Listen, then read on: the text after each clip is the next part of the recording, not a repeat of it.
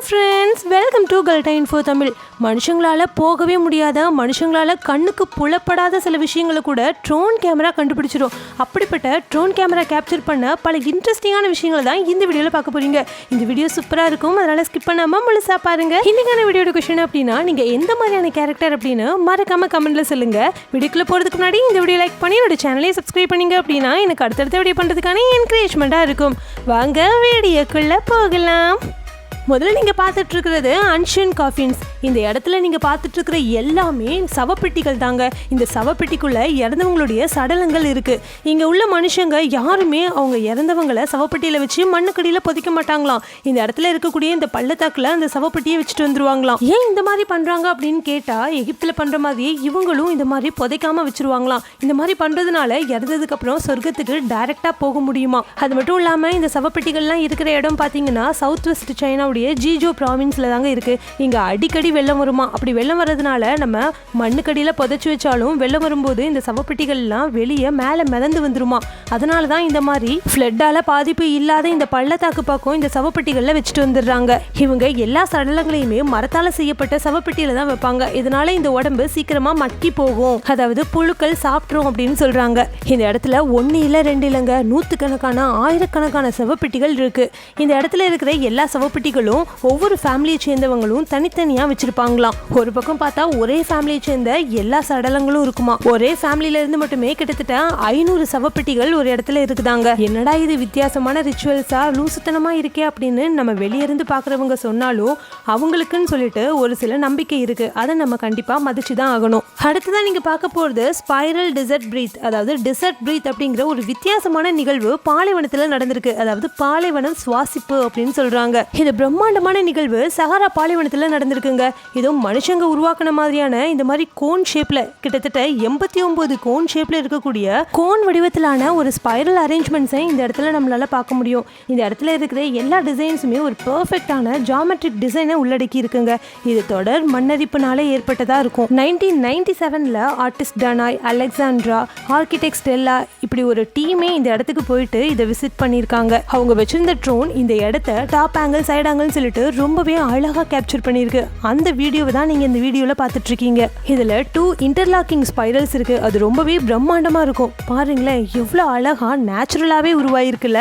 பார்க்குறதுக்கு மனுஷங்க பர்பஸாக உருவாக்கின மாதிரியே தான் இருக்கும். மண்ணெரிப்பு ஏற்பட்டும் கூட இந்த மாதிரி வித்தியாசமான ஷேப்பை உருவாக்கி இருக்கிறது பார்க்கவே ஆச்சரியமாக இருக்குது. ஒரு ஆச்சரியமான விஷயம் நடந்ததுன்னா அந்த இடத்துல ஏகப்பட்ட வதந்திகள் கிளம்புங்க. அப்படிதான் நிறைய பேர் இதை பார்த்துட்டு ஏலியன்ஸ் தரையிறங்குறதுக்கு யூஸ் பண்ண இடம் அப்படின்னு சொல்லியிருக்கிறாங்க. ஏலியன் மூலமாக தான் இந்த வடிவங்கள் உருவாக்கப்பட்டிருக்கு அப்படின்னு சொல்கிறாங்க. ஆனால் இயற்கை செஞ்ச இந்த தரமான செயலை ப்ரூஃபோட நிறைய பேர் நிரூபிச்சிருக்கிறாங்க.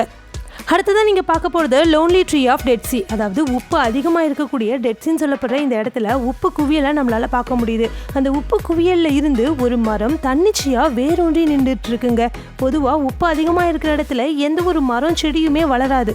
ஆனால் இந்த மரத்தை பாருங்களேன், இலைகள் எதுவுமே இல்லாமல் வெறும் மரத்தண்டுகளை மட்டும் வச்சு இந்த மரம் ரொம்ப நாளாக வேரூன்றி நின்றுட்டு இருக்குங்க. ட்ரோன் கேமரா ரொம்பவே அழகாக கேப்சர் பண்ணியிருக்கிற இந்த இடம் டெட்சியுடைய நடுப்பகுதியில் அமைஞ்சிருக்கு. இந்த இடத்துல மீனுன்னு சொல்லிட்டு எந்த ஒரு சின்ன உயிரினத்தை கூட நம்மளால பார்க்க முடியாது. அந்த அளவுக்கு இதுல உப்புடைய கண்டென்ட் அதிகமா இருக்குமா. ஆனா இந்த மரத்தினுடைய வேறு இந்த உப்புக்குள்ள ஊடுருவி போயிட்டு எவ்வளவு அழகா நின்றுட்டு இருக்கு பாருங்களேன். இந்த மரம் சர்வை பண்ணி இந்த இடத்துல நிக்கக்கூடிய அளவுக்கு இதுக்கு தேவையான உணவு கிடைக்க போய் தானே இந்த இடத்துல இருக்க முடியும். ரொம்ப வினோதமா இருந்தாலும் பார்க்கவே ஆச்சரியமா இருக்குல்ல.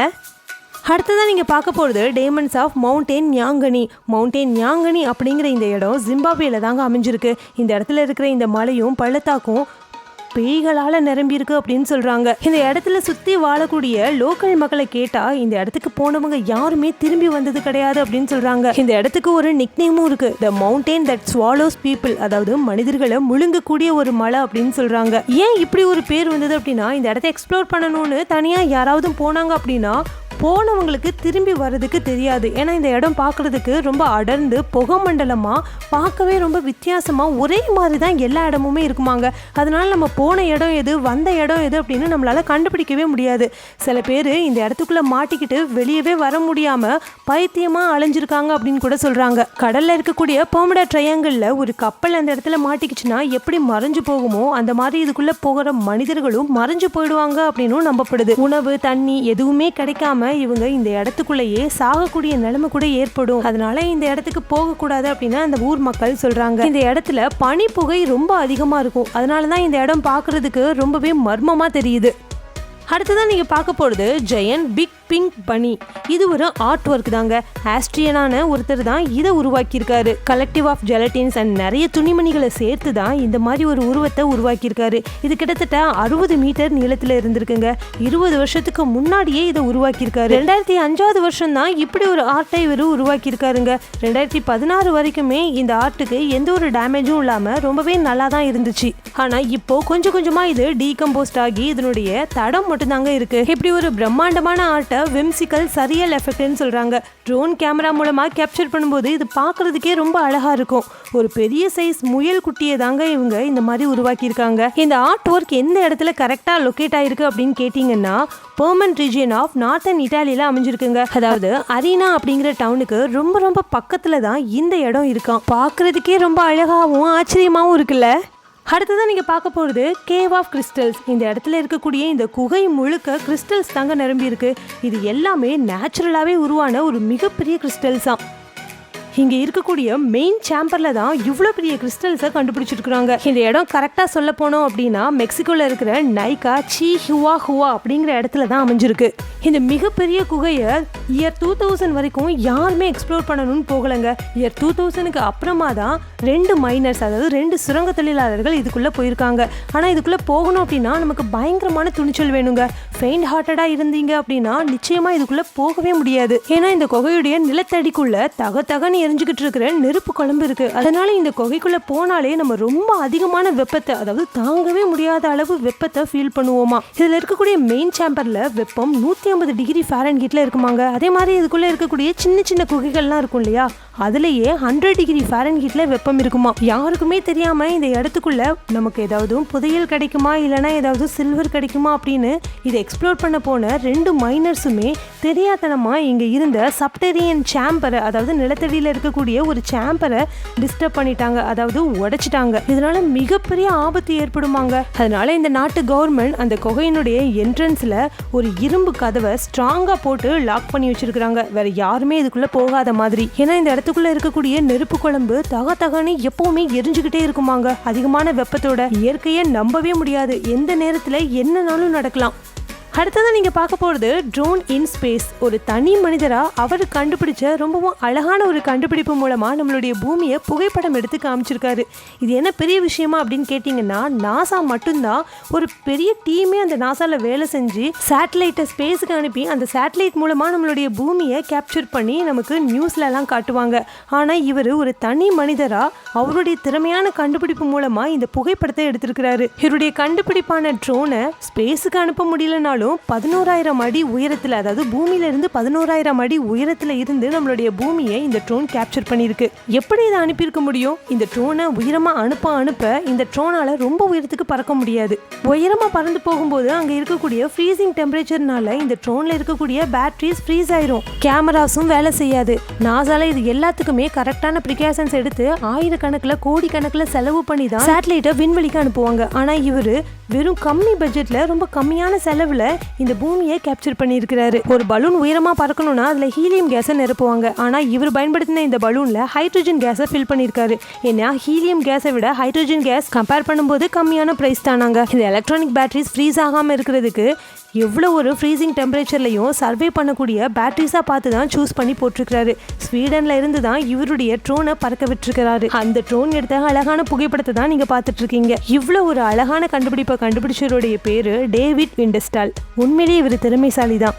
அடுத்ததான் நீங்கள் பார்க்க போகிறது த ஸ்ப்ரிங்ஸ் தட் பிரீத். நிலத்தடிக்குள்ள இயற்கையாகவே ஒரு குழாய் உருவாகுது அப்படின்னு சொன்னால் உங்களால் நம்ப முடியுதா? கற்கள் எல்லாம் சேர்ந்து இயற்கையாகவே நிலத்தடிக்குள்ள ஒரு குழாய் உருவாகும். அந்த குழாயில் நிலத்தடி நீர் நிரம்பும் போது அந்த குழாய் ஓவர்ஃப்ளோ ஆகி 15 to 20 நிமிஷத்துக்கு அதுலேருந்து தண்ணி வெளியே வரும்.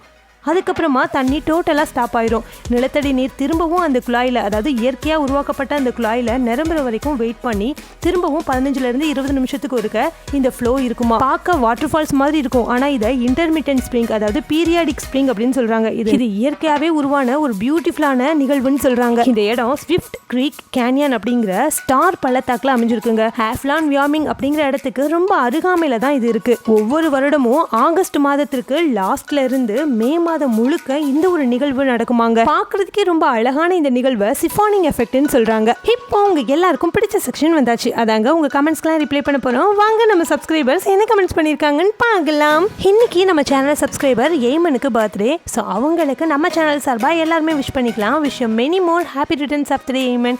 எப்பவுமே ஹாப்பியா இருங்க. நான் லாஸ்ட் வீடியோல உங்களுடைய ஆசை என்ன அப்படின்னு கேட்டிருந்தேன். அதுக்கு முத்துலட்சுமி என்ன சொல்லியிருக்காங்கன்னா, நான் நடிகராகி என்னை ரொம்ப கஷ்டப்பட்டு வளர்த்தேன், என்னுடைய அம்மா அப்பாவை ரொம்ப பத்திரமா பார்த்துக்கணும் அப்படின்னு ஆசைன்னு சொல்லியிருக்காங்க.